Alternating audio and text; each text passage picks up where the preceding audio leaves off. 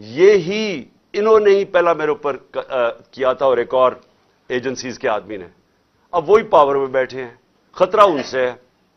تو میں ایک چیز مانگی کہ مجھے سیکیورٹی دیں ادھر جانے کے لیے, اور اگر سیکیورٹی نہیں دے سکتے تو میرا ادھر کر دیں کیس جدھر مجھے سیکیورٹی ملتی ہے.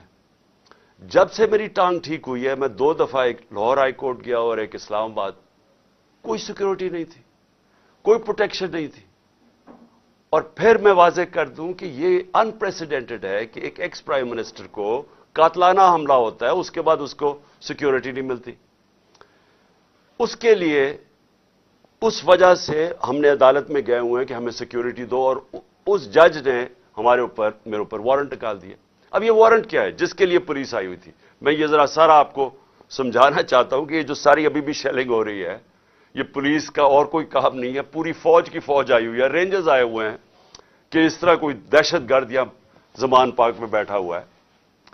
وارنٹ صرف یہ تھے کہ آپ کو پولیس عدالت میں پیش کرے, یہ ہے وارنٹ. جس عدالت میں اس لیے نہیں جا سکا کیونکہ سیکیورٹی کا ایشو تھا, عدالت نے پیش کرنا, یہ پولیس نے وہاں پیش کرنا تھا. رات کو جو پریزیڈنٹ ہیں لاہور ہائی کورٹ کے بار کے اشتیاق خان, انہوں نے شورٹی دے دی, ان کو میں نے آتھرائز کر دیا, انہوں نے شورٹی دی کہ وہ جو میرا اپیرنس ہے ہائی کورٹ میں وہ گارنٹی کرتے ہیں. 18 کو انہوں نے شورٹی دے دی میں ہائی کورٹ میں پریزنٹ ہوں گا. تو جب انہوں نے شورٹی دے دی تو وہ پولیس آفیسر جو مجھے اریسٹ کرنے آیا تھا اس کو شورٹی مل جاتی, وہ کیس اس کو انتظار کرنا چاہیے. تو میں نے فیصلہ کر لیا کہ میں عدالت جا رہا ہوں, اس لیے تو وہ آیا تھا مجھے اریسٹ کرنے.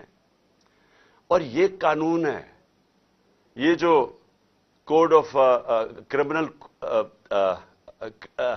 CCP جسے کہتے ہیں کہ کوڈ فار کرمنل CRPC, جو کوڈ ہوتی ہے جس کے تحت یہ قانون بنا ہوا ہے, اس کا سیکشن 75 کہتا ہے کہ یہ اگر کر دیں تو پولیس آپ کو اریسٹ نہیں کرتی.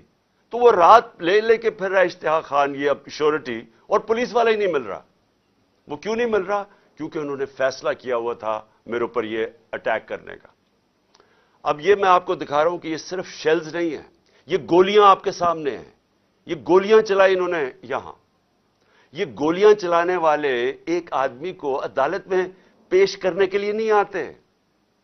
ان کے عزائم, یہ جو اوپر سارے بیٹھے ہوئے ہیں جنہوں نے پہلے ہی مجھے قتل کرنے کی کوشش کی تھی, ان کے عزائم یہ نہیں تھے کہ عمران خان نے یہ عدالت میں کہ وہ کہہ رہا ہے کہ میں پہنچوں گا, اس کے باوجود یہ حملہ کر رہا, اور ابھی تک حملہ ہو رہا ہے. ان کا مقصد کچھ اور ہے. لندن کے اندر پلان بنا, وعدے کیے گئے نواز شریف سے, وعدہ یہ کیا گیا کہ اگر ہمیں بیک کریں گے تو میں آپ کو یہ کر کے دوں گا جس میں عمران خان کو جیل میں ڈالوں گا, PTI کو ختم کروں گا, نواز شریف کو سارے کیسز ختم کروں گا. یہ پلان تھا پورا. یہ پلان بڑی دیر سے پتہ ہے, میں بتاتا جا رہا ہوں آپ سب کو. اس پلان کے تحت یہ گیم چل رہی تھی. کیوں میرے ورکرز اس طرح, جس طرح انہوں نے یہ دفاع کیا زبان پاک کی, میں تو کیا ان کو 2 دفعہ کہا, میں نے کہا دیکھو یہ میں کوئی انتشار نہیں چاہتا, میں چاہتا ہوں میں چلا جاتا ہوں, بیگ میرا پیک تھا. لیکن سارے کارکنوں کا کیا مسئلہ تھا؟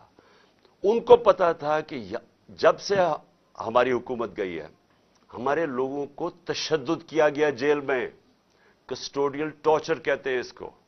جیل کے اندر تشدد کیا گیا. اعظم سواتی, شہباز گل, ہمیں پتہ ہے ارشد شریف سے کیا ہوا, ہمیں پتہ ہے سوشل میڈیا کے لڑکوں سے کیا ہوا, اور ہمیں پتہ ہے کہ وہ درویش, وہ جو اسپیشل انسان تھا جس کے پاس پیار کے علاوہ کچھ تھا ہی نہیں, ذل شاہ سے کس طرح انہوں نے اٹھایا اور اسے تشدد کر کے قتل کر کے سڑک پہ پھینک گئے. تو وہ سارے فکر کر رہے تھے کہ دیکھیں اگر انہوں نے یہ آپ سے لے گئے ایک دفعہ آپ کو, تو یہ آپ سے بھی یہ کریں گے. اس لیے انہوں نے رات سے وہ مقابلہ کر رہے ہیں ان کا, صرف اس وجہ سے. سو میں آج یہ پوچھنا چاہتا ہوں, میں وہ جو اپنے آپ کو نیوٹرل کہتے ہیں ان سے پوچھنا چاہتا ہوں کہ مجھے یہ بتائیں کہ رینجرز کو بھیجنے کا کیا کام تھا؟ میرے دیوار کے اوپر رینجرز چڑھ رہے تھے, اندر آنے لگے تھے, میں کون سا جرم کیا کہ رینجرز کو یہاں اٹیک کروایا میرے پہ؟ اور جب رینجرز اور ہمارے لوگوں کا آمنا سامنا ہوگا تو کیا کوئی قوم سمجھے گی کہ ہماری اسٹیبلشمنٹ نیوٹرل ہے؟ اور کیا یہ کرنا چاہیے کہ رینجرز یعنی فوج کو اور عوام کا آمنا سامنا کروانا چاہیے؟ جب ٹی ایل پی آ رہی تھی اسلام آباد کی طرف تو مجھے تب آرمی چیف نے کہا تھا کہ ہم بالکل فوج کو سولینز کے سامنے نہیں لے کے آئیں گے. تو اب کیوں آ رہی ہے؟ کیا وجہ ہے؟ کون سا جرم ہے؟ کیا جرم کیا میں نے؟ اور کیا وجہ ہے کہ اس طرح کی بے دردی سے جس طرح کا ابھی تک سب کو یہ جو شیلز مارے گئے ہیں، گولیاں چلائی گئی ہیں، یعنی یہ کیا جمہوریت ہے؟ کیا ہم نے کبھی ہمارے 3.5 سال میں کبھی کسی کے اوپر 3 لانگ مارچز دی، پروٹیسٹ تھے، کیا ہم نے کبھی کسی کے اوپر یہ کیا؟ تو یہ کیا وجہ ہے؟ اس کے پیچھے کیا ہے؟ ہم سب سوال پوچھ رہے ہیں، ہم سب حیران ہیں کہ اس سب کا مقصد کیا ہے؟ چاہتے کیا ہے؟ کیا یہ وہ ساری وہی ایک تسلسل ہے کہ کسی طرح تحریک انصاف کو دیوار سے لگاؤ، لیکن اس سے بھی زیادہ عمران خان کو مائنس کرو بیچ میں سے، اس لیے پکڑنے آئے تھے؟ اور دیکھیں، میں آج اپنی ساری قوم کے سامنے کہہ رہا ہوں کہ دیکھیں، میں نے پوری کوشش کی ہے جب سے میری گورنمنٹ گرائی گئی ہے کہ کوئی میری وجہ سے اس ملک میں انتشار نہ ہو. ہم نے سارے پرامن 70 جلسے کیے، سب پرامن.